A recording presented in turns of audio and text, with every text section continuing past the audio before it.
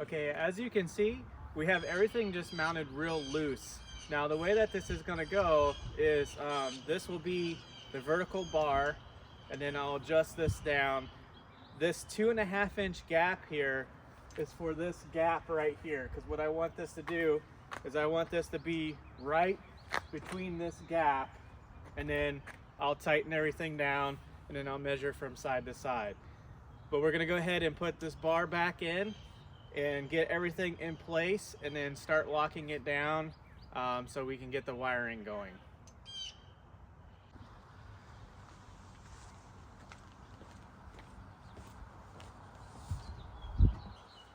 So on this, I measured the distance from the outer edge to where I have the light is roughly 4.5 inches of gap in between each corner. So what I'm going to do is go ahead and lock down my first bracket, and this is set so it won't move off of the 4.5 inch gap this way.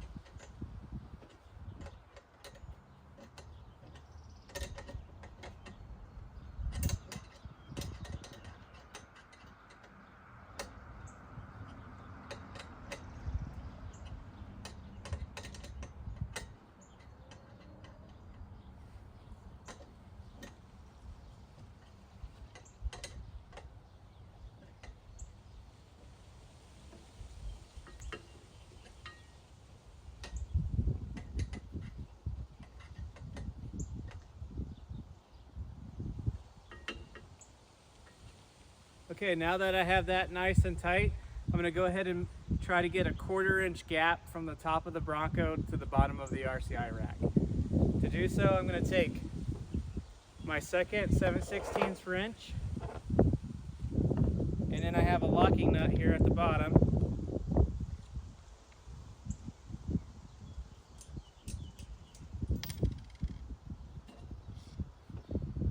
And we're going to go ahead and tighten that up. Now what I did is the nut that I'm going to be pinching these two together, I already have that pre-measured, and I'm going to run the locking nut up to that nut to get it tight.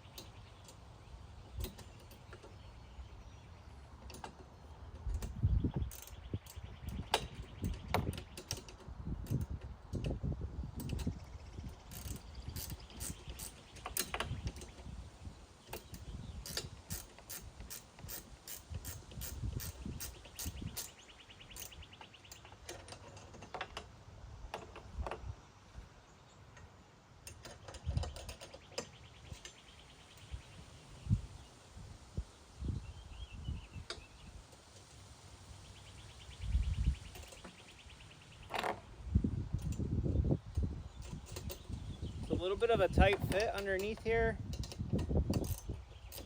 Having a ratchet wrench will help.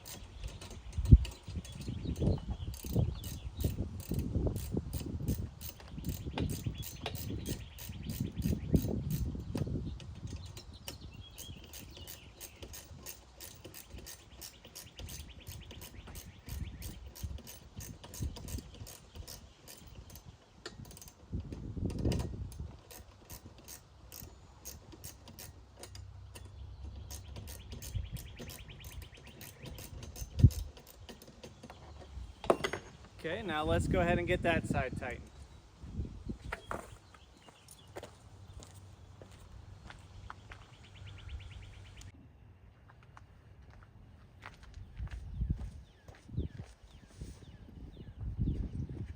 So what I did is I measured 1 inch from where the thread of the bolt is going to be down on each side of the bracket, and it gave me the best view for the light.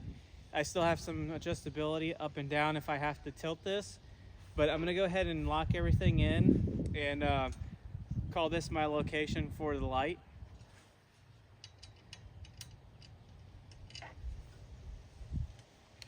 So I'm just going to take my Allen and go ahead and tighten down where the light's going to stay. And then I'm going to get ready for the wiring. One section of the cable is going to go down the passenger side. I'm going to take the inner piece of the interior apart down here so I can tap into the tail lights. And then I'm going to run the switch cable down the side of the rack, down the passenger side windshield into the cab, where I have my 8-point channel light switch. And I did buy wire extension kit to go with this so it could reach all the way to the cab.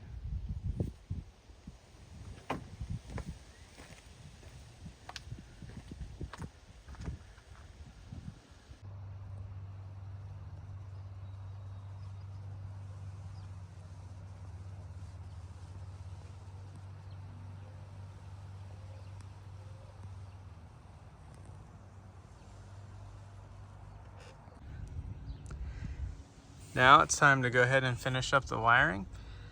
As you can see, I have it ran along the side of the rail, and then I used zip ties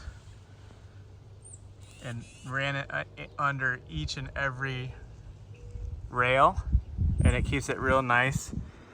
As you can see, nothing's hanging down. And then what I've done is found a good spot to run the wiring through the top, and then brought it down inside the cabin. As you can see, it's completely sealed still. So we're gonna work our way up to the front and finish the wiring.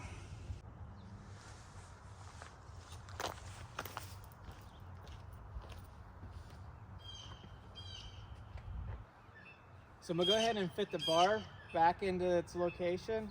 I'm gonna put 1 screw on each side. I have with me my Allen wrench and my 7/16 wrenches.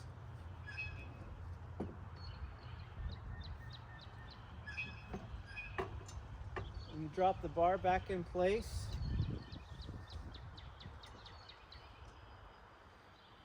Now I do have to bring this up because the light is hitting the bottom of the bracket. That's why I bought 2.5-inch bolts so I could adjust that up.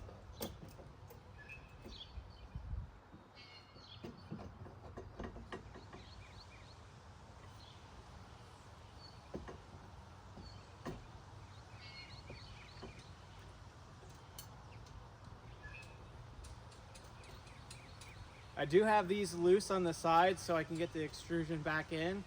If not, it'll be extremely tight and it will damage the inside of the rail. I'm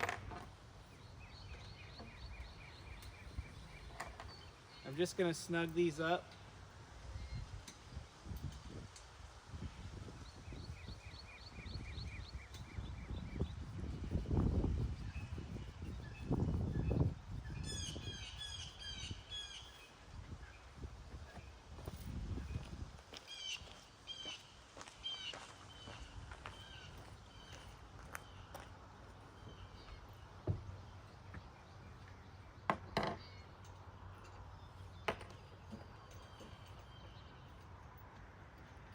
So what I'm doing now is just loosening the nut so I can bring the bar up.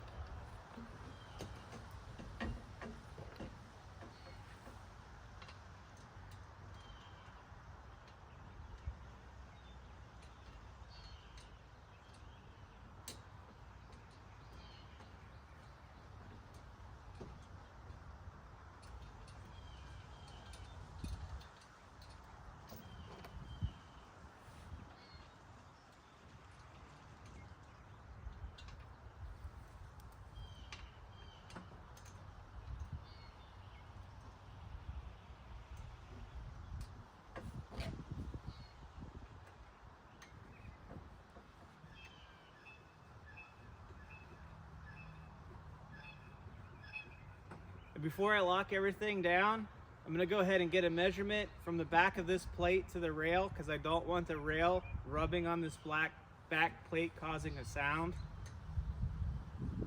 Just kind of eyeballing it right now to where I can still move it just a hair if I need to.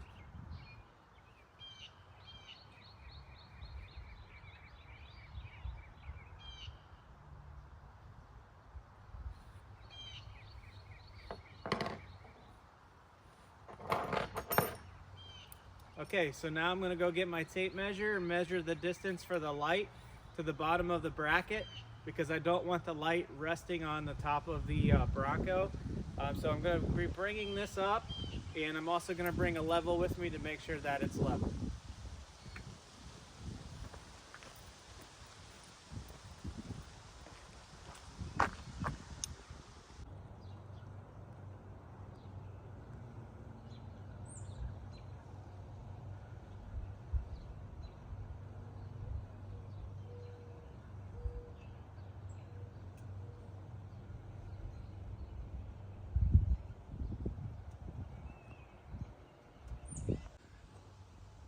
Okay, are you ready for the not so fun part?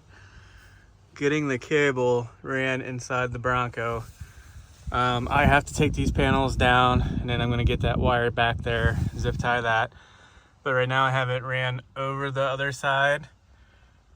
Got the airbag trim off. It's ran down the pillar there, and then down through the side and out. So here's where it comes down. This is just clips, so be careful pulling that off. They're just plastic clips. Push the cable down through there. Pull these. This is just a plastic clip, so pull that. Ran it down through here. And then this is just another plastic clip, as you can see right there. Then what you'll do is you'll push it through there, and it'll come out the other side, and then I'm gonna run it along the bottom of the dash there, and then put my switch over there. But as you can see, I have the extension cable. You will need that. And then I'm gonna go ahead and run that and clean all that up. I got quite a bit of cable left. And then what I'm gonna do is most likely cut the switch for the center console. I was gonna try to put it up here on my 8-panel, but with the modes, I'm not quite sure how that would work, so I am gonna have to run the switch that it comes with. For the switch, I went ahead and mounted it up here. I'm really never gonna have this hardtop off the way that my mounting system for the roof rack is and the way my CB is. So I didn't really wanna see the switch, and it has like a side-by-side on it. So what I did is I just ran the wires all the way up along the roof right here, and then down through the side, and then right down through here, out underneath, and then through the hood. And then I wired that to a key-on source for my switches up here. So basically all that switch up there now acts is an activation switch to activate the strobes. So I really didn't need to see it. I can feel it.